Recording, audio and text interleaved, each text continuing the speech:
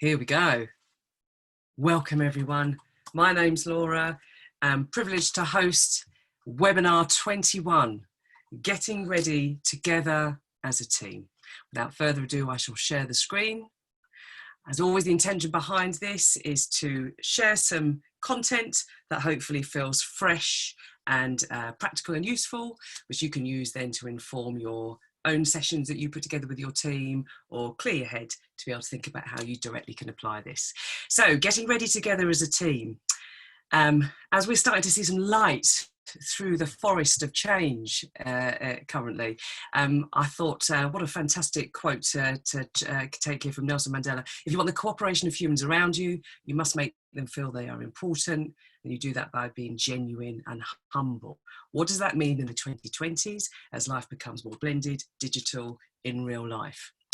So we may be feeling a sense of release here. So this is Andy Dufresne in the very famous film Shawshank Redemption, the moment he steps out of that horrendous escape journey and he's free to smell the air and touch the rain. So there might be some of us within our teams that are really excited about actually the more release that's around us. But due to the choppy nature of change, people may be adapting and emerging at different paces depending on their circumstance. Because one of the powerful stories in Shawshank Redemption talks about Brooks. I'll show you a photo in a minute, because life has a way of moving things on. So as this starts up again, now might be the perfect time to consider how the team are going to stay close and grow together, rather than potentially widen any gaps and create splinters. Because Brooks, the character in the film, found it really difficult to cope with life outside. He had been incarcerated for so long that actually he was institutionalized and was unable to cope and thrive in the world that had changed around him. Channeling Nelson Mandela again, as I walked out the door toward the gates that I knew would lead to my freedom, I knew if I didn't leave my bitterness and hatred behind, I'd still be in prison. So how can we ensure that we emerge well and healthy and happy to be working together again? And now might be a good time to think about some precedents. For the benefit of things being unprecedented is we get to set some precedents in terms of how we move into the next normal phase. So time to get ready. So there's a lot going on. How do we make it work? Getting ready together as a team. As always, these lunches and learns are designed to be judgment-free, one size fits one. Take the stuff you like, share the stuff you love, ditch the stuff that doesn't seem relevant for you right now or relevant to your industry, focusing always on what we can do. And the goal of this particular series is to help reboot our energy, confidence and motivation as we start to step on and out into this emerging world around us. Practical objectives today are we're going to look at what is going to make a great team in the 2020s. How do I contribute to that? How do we ensure that people feel included, involved and part of the team, especially as we go through what I call choppy change, where change and releasing of freedoms might be uneven, but in the grand scheme of things, we're all going to get there. But right now, things might be changing at a different pace for different people. How do I therefore communicate maybe some realities that are going on in my life so I can manage expectations of the team members around me confidently and positively? So here we go. I might have been awesome at being part of a team this time last year, but life was very different. We are now requiring more than just being flexible. We need to be flexible. There's so much in flux. I need to channel maybe that fox mindset of dealing with rapid overnight change in terms of the landscape around me. Because Charles Darwin would have the laws of evolution. In order for me to thrive through rapid environmental change, my rate of internal change needs to at least match the rate of external change. And unlike less fortunate creatures like the panda, who are stuck, maybe unable to change, and then it becomes a little bit stressful. So how do we then make the best out of this opportunity to transform? What makes a great team in 2020? So this is a book that I have just ordered because I think it's going to be fascinating. Thinking about teams and when people are thrown together in situations, William Golding's book, Lord of the Flies, kind of showed to us that when you put people together, there's a nastiness, there's a violence, and there's negative stuff and powers that need to be controlled. Actually, what I hooked on recently was there's a book that's just been released called Humankind, which actually looks at these realities a little bit differently. Because actually, in 1965, a group of boys did become trapped on a rocky Tongan atoll without fresh water for over a year. Rather than turning on each other, they survived, stayed fit and healthy, even set one of the lads' broken legs, and they formed friendships that have lasted a lifetime. And actually, where there might be some of these famous social psychology experiments of people turning on each other, they've been really difficult to replicate. It actually is it depends on what you look at. Do you look for examples of where teams have turned in on each other, or where they're actually teams have achieved extraordinary things? So the challenge of taking this idea that teams are bad and people need to be controlled, of course, is if that seeps into our mind, that's going to increase potentially a sense of fear about restarting teamwork. If we were to actually look at, well, what are the benefits of teams, what might that mean in terms of making a really great future ahead?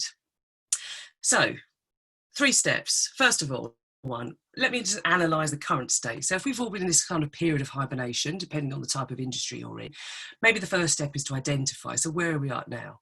And could it be that investing a bit of time and attention now and observing myself and others, who and where we are right now?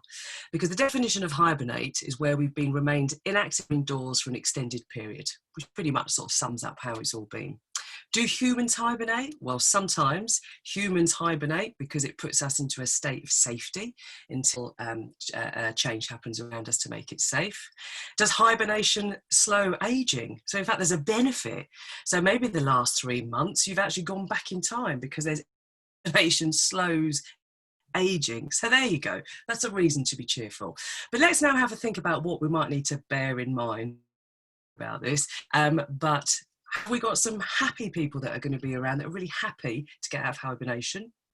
Have we got some people that are maybe surrounded by caring responsibilities who would love to exit hibernation, but maybe have situations that need dealing domestically before they can fully come out again? Have we got some bears who are potentially really worried about what's ahead? So how do we look after them? And are there basically some bears who just have really lost their confidence and just can't imagine getting into a performance mindset again? So the first thing is, before I know what to do, what might be going on in the team? Where am I in that? The next thing may be how to think about, well, what are some of the emerging trends that we're seeing around teamwork? What might be some of the premium skills? To be frank, I think the days of having months to build up a strong team last decade now.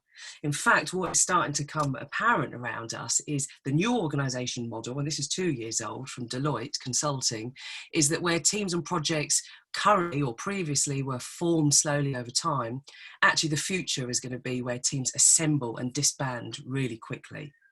Hive Learning is a learning platform that's got 3 million plus interactions, set up by Sir Clive Woodward. And they talk about how creating these problem-solving platforms where people all over the world from an organisation get together and solve major problems in just 24 hours. They haven't got time to have the classic 6-month cascade that previously might have happened. Now, what does this then mean? If we're solving things quicker and more energetically and pacier than we ever have before, then potentially our metaphor needs to change in terms of what makes a great team. Previously, a solid, strong team was concrete, and you protected that team with lots of badges and tribes, and it was there as a sort of strong fortress of performance. Potentially now what we're looking at is pop-up teams, where there's much more freedom, people coming in and out, and it's about the experience of what that team is able to create in that moment. What does that then mean? Potentially the skills for being a really effective team worker in this next decade are going to change. The premium skills right now might be, have I got the self-awareness to build rapport quickly with strangers and without drama? Create open and trusting relationships online where we can't actually shake hands and meet in person potentially. Be savvy on what to reveal and when. Do I blurt everything out in the first introduction, or do I stage it a little bit as we get to know each other? Suck up my own ego for the greater good. I might be really passionate about something, but I can see right now that just might be clutter and I need to just kind of hold it back. Knowing when to back in or out of a debate, and am I able to nail a message without needing many follow-up meetings? There just might not be time for that. And I've summarised it in my mind as, for me, I think the premium team working skills for this next decade are going to be maximum pace, minimal politics. We haven't got time right now to deal with some of these new emerging problems to have 6 months of repetitive team meetings. So the third step might be to then think, okay, so what courage and confidence might I need to bring to design the type of team that I want to be part of? And the skill, of course, is going to be how do we balance regulation and structure alongside flexibility and risk taking?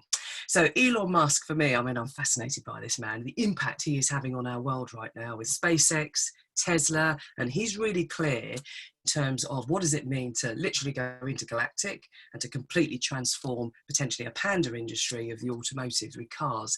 And he's got some leadership principles here. There's loads of stuff online that he's great at doing his online presence stuff that actually you wouldn't have seen this 20 years ago because it would have felt it was too risky.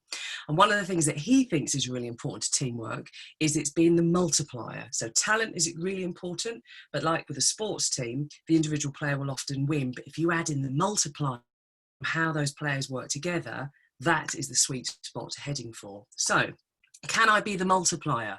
Can I make more happen as a result of me working as a team? What can I contribute regardless of what might be some individual situation that I might be in? What can I contribute? And if I'm part of the traffic, I can't moan about the traffic. I am part of it. I'm stuck there as well. Part of a team that doesn't feel like it's getting anywhere, I'm part of that traffic as well. So what's my role in helping take that team forward? So the first objective has been about actually, if we were to take the assumption that on the whole, teams want to work well together. People want to work well together for the greater good. What might be worthwhile investing a little bit of research time now to think, well, what actually are we at in terms of me and where the team's at? What kind of bears are emerging from hibernation?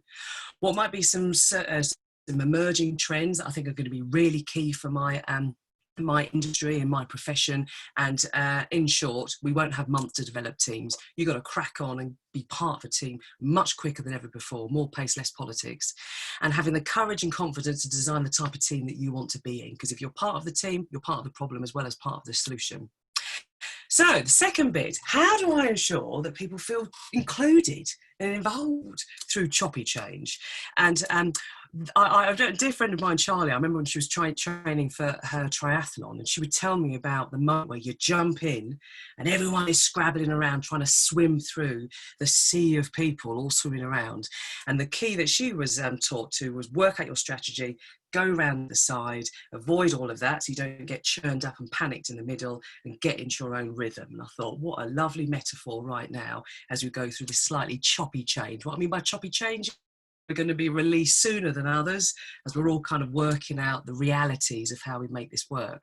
So first thing, boosting my self-image, esteem and confidence, and getting myself into the growth mindset, being honest about my situation, being prepared to get challenged on where I might be putting my own blockers in place, looking for every path. What a sense is, here is an elephant, magnificent and strong, and what it doesn't realise is that that little peg, because it's been trained to not escape, it doesn't realise that all it needs to do is get up and move. It's trapped by its own learned helplessness, which is something that Martin Seligman and his colleague Mayer it first came up in the 1960s, which is after people have experienced lots of stress, they're sometimes unable to even try to look for opportunities. Could it be that for some of us in certain situations, we become so used to saying no that we've forgotten how to say yes? Because actually the parent-adult child, so we've become like children really, we've had a higher authority saying stay indoors, don't go out. Actually, potentially we've become a bit childlike and waiting for someone to tell us what we can then do again. And in any moment of decision, the best thing you can do is to do something. The worst is to do nothing. So thank you, Deb, for reminding me of this quote. And maybe it's an opportunity to think, right, had lots of months of practicing now about thinking about all the things you can't do. Maybe I need to now consciously practice thinking all the things that I can do. Otherwise I could end up being trapped by my own little peg, stuck on this rope that actually is imaginary as opposed to real. The second thing then is, all right, I might need to flex my dynamic risk assessment skills to resume my stretch muscle and lean right into some stuff that maybe I've been shying away for. In the absence of a grand plan, creating your own 90-day onboarding process might be a good way to get yourself back in the game. So this stretch zone here, whenever we're showing this on courses, people love it because it's just so simple and we all kind of get it. You've got the comfort zone there in the middle that feels really good and it boosts your confidence. because you stretch for things that you know you can do, and which makes you feel really comfortable about how good you are. Thing is, though, that can become a cage or claustrophobic after a while, where actually it sort of gets smaller and smaller and your life gets smaller, which is what has happened in this current period of transformation. Now we're about to get into the sort of the stretch zone. So how do I ensure that I don't kind of panic and then leap back into a smaller comfort zone, that I'm able to pace myself and stretch myself? We'll look at a technique later that can help yourself and others through that process, because there's loads of disruptors for everyone. I know this is in tiny font, but if you have a look at it, there's lots of stuff that Deloitte Consulting did in a big white paper a couple of years ago, looking at these big disruptors. So you're not the only one that is potentially feeling stretched, panicked. The world is stretching at the moment, trying to work out what all of this mean, where do we take ourselves? In an unprecedented situation, someone has to set the precedent. So what could we do that actually starts to help us lean into this? Love this quote from Elon Musk. It might not be an approach that would work for me because I think I'm less data oriented than him, but when I was a little kid I was really scared of the dark, but then I came to understand dark just means the absence of photons in the visible wavelength, 400-700 nanometers. And then I thought, well, it's really silly to be afraid of a lack of photons, and then I wasn't afraid of the dark after that. So really having a realistic look at what is it and how might I set myself, for example, a 90-day plan. We're about 90 days in now in this current period of transformation. What does the next 90 days look for you that represents as a stretch that you can take it at your own pace? How do I then ensure that I'm inclusive and welcoming? I mean, without sort of being too blunt about it, the more I can get over myself, the more inclusive and welcoming I can be to others. If I'm caught up, totally obsessed with how I feel and what I'm thinking, I'm going to be less open and welcoming because I haven't worked myself out yet to have the capacity to work you out. The quicker I can work myself out, the more inclusive I can be and a pacier, multiplying member of the team. In the digital world, it's easier to miss people. One of the reasons is you've lost your peripheral vision. It'd be really easy in a meeting room to spot that that table over there haven't contributed much. In a digital environment, especially one like this, you lose your peripheral vision and you just have to hope that everyone feels involved. So here are some pointers just to ensure that we're doing what we can to set everyone up well. So considering who's in the team and the power dynamics, what might need a little bit of kind of contracting or cleaning out so people feel safe to perform. The positions and the hierarchies might have changed. How do we get over that awkwardness so people feel able to just work side by side and crack on in a pop-up team environment when maybe some of those fortresses have changed? The personalities, how do we bring out the best in people? Some people really love to talk and they like looking at the camera, others absolutely detest it and it just doesn't bring out the best in them. So how do we include everyone to be themselves? What might be some expertise we want to untap?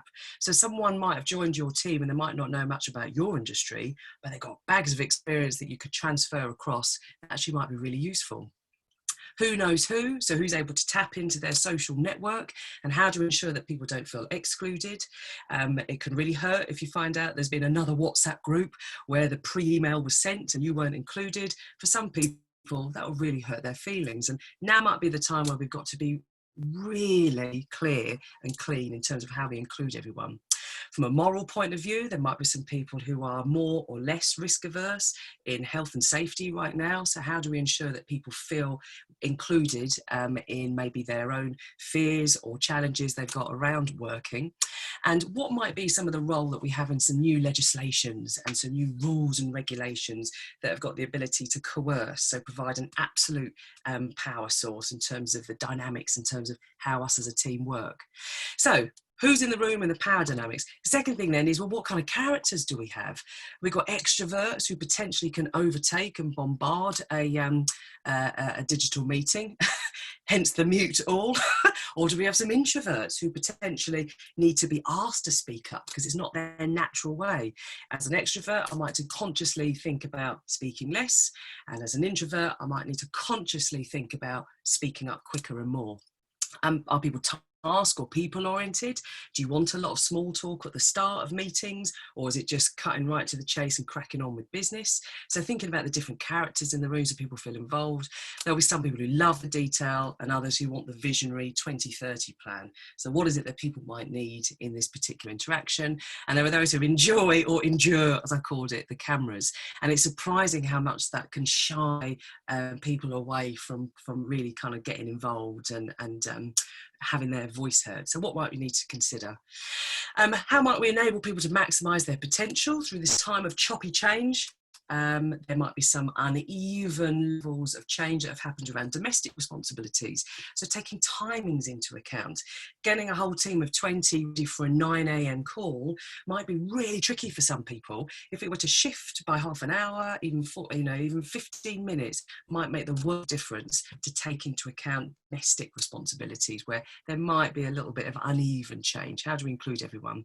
There might be some sound and vision requirements. So how do we appreciate that? A bit like in the old world when we would ask for dietary requirements and allergy information if we were laying on a lunch. It's the equivalent then with this, just making sure that everyone feels safe and involved and asking for volunteers. Some people hate feeling like they're about to be pounced on, so asking for people to volunteer, and then maybe just making a note of who has or hasn't spoken yet, just to ensure they feel involved. And I guess the overall question is in this world of teamwork through periods of choppy change, what can I do to set everyone up for success? And the more I can get over myself and my own problems, the more inclusive and welcoming I am to think about how to get the best out of others and be a real contributing team member. So how to ensure people feel involved and included?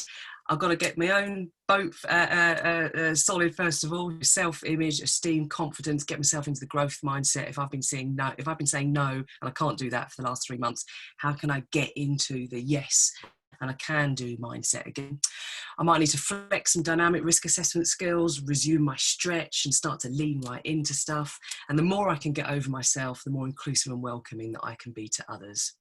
And the final objective, okay, how do I communicate some of the realities that might be going on confidently and positively and manage some expectations? I want to be the difficult one, but I might have some things that are going to make it difficult for me to contribute to the team right now. So how might I approach that? Because as the mists start to clear from this forest, what is becoming apparent is that different people have different setups and different challenges, and that's okay. There might be some different things we need to take into account that I might not even thought of because my patch of forest is a little bit different from yours. So as the mist starts to clear, how can we communicate realistically with people and manage expectations? Act surprise when I show you this. First off is work out your own narrative first, so I can be clean, clear and assertive. If my brain is foggy right now, it's going to be trickier and the nerves are potentially going to take over if I need to make an assertive request or have a conversation when I need to take the lead. This situational leadership model, I mean, I love it. It's just so clear and people enjoy it as well. If ever they're first-time leaders or have never even considered themselves as a leader, what does it mean? Well, the situational leadership, a great leader is someone who can adapt and flex their style to the needs of the situation. And there might be times where you just need to take control and direct. It's got nothing about being bossy, but it's about, at some point, the pilot needs to get over the intercom and say, this is where we're going. There might be times where it's more of a coaching, which is, well, let's have a chat about it. And then I can decide and give you some advice. So it's not pure coaching, but it's a coaching style, they called it. Supporting, which is, well, let's work side by side and discuss and we can decide together. And there might be situations where actually you just completely let the other members of the team make the decision because that's the right call. What, me? Lead?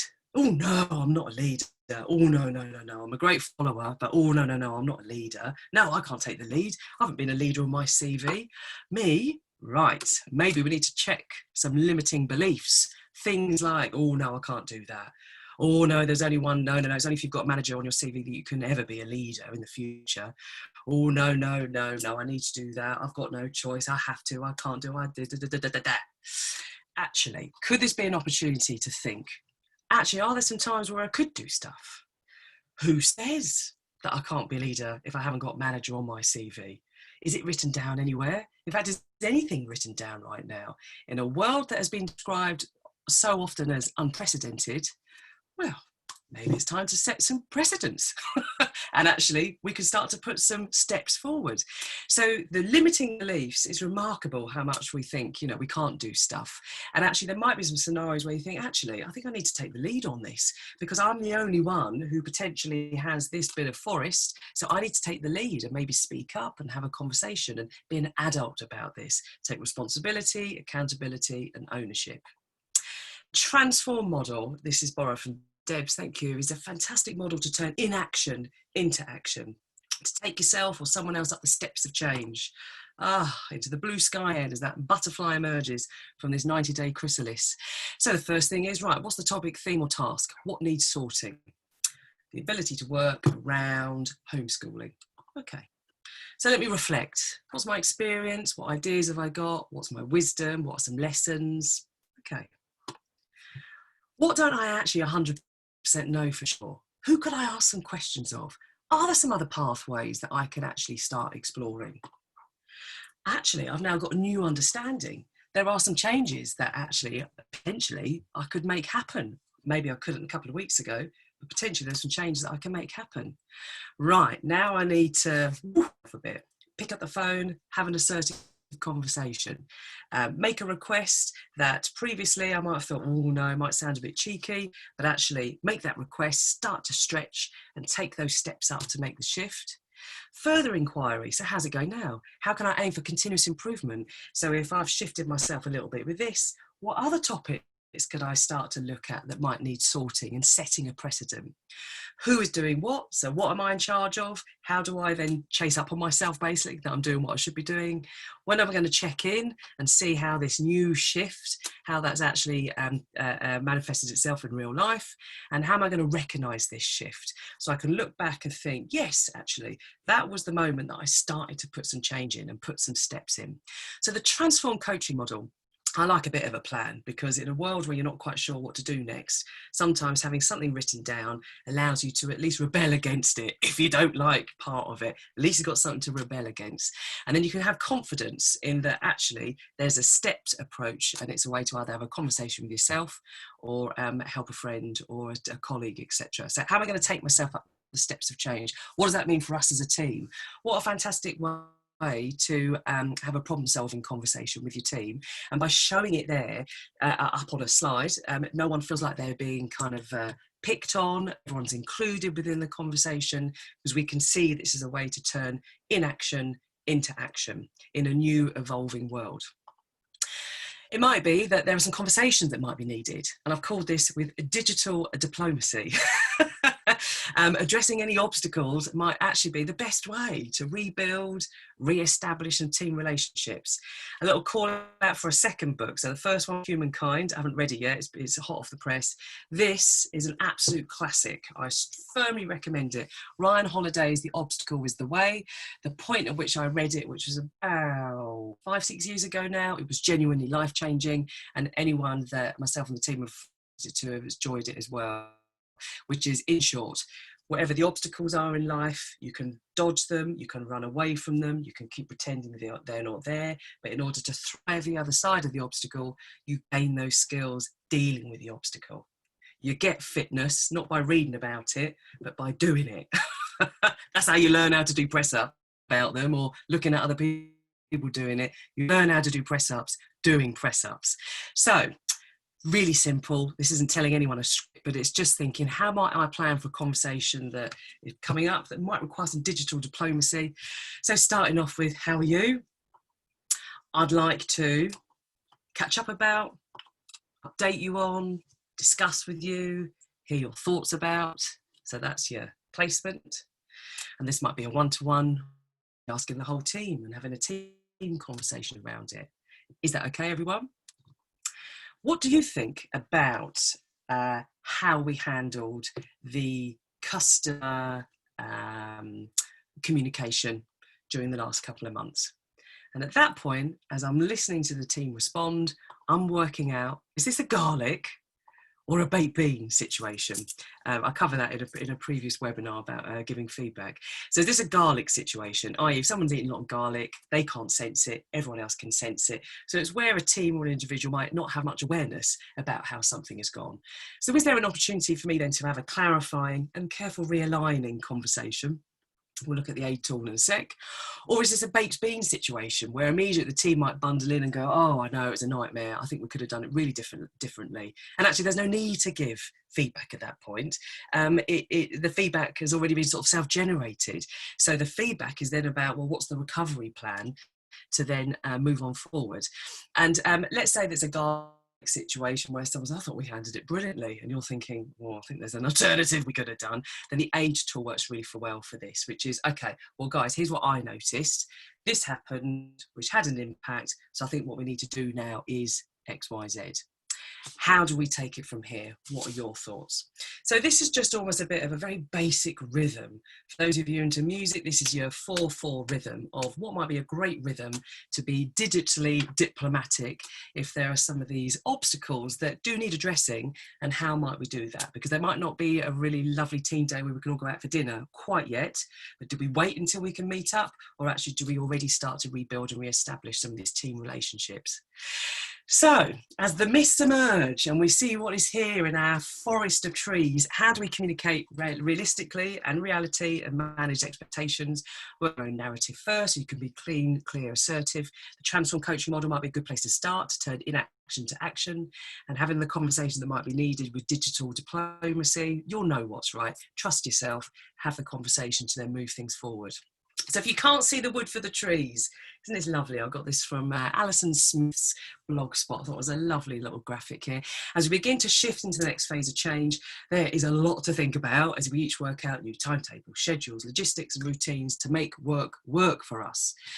By communicating rapidly and clearly, a team can help make sense of confusion and clear a path ahead. More pace, less politics, time to be flexible, beyond flexible. So here we have Stonehenge here, reminder on our landscape, if you put things in right, they'll be everlasting and still bringing awe and intrigue centuries on. 5,000 years old these Stonehenges are. Just think of the teamwork that was required to put that together. So what premium team skills will I be focusing on developing, from maybe concrete teams of past into pop-up experiential teams, so building rapport with strangers quickly to be able to crack on and do things? What is my role in creating a welcoming and inclusive? The more I can get over myself, the more capacity there is to think about you and to be welcoming and inclusive. And how am I going to communicate and manage expectations with confidence? I can take the lead in my life, ditch some of those self-limiting beliefs, and look at transforming and taking some new steps. So thank you for being part of this webinar, webinar 21, getting ready together as a team. Look after yourself, keep human, stay foxy. See you at the next one.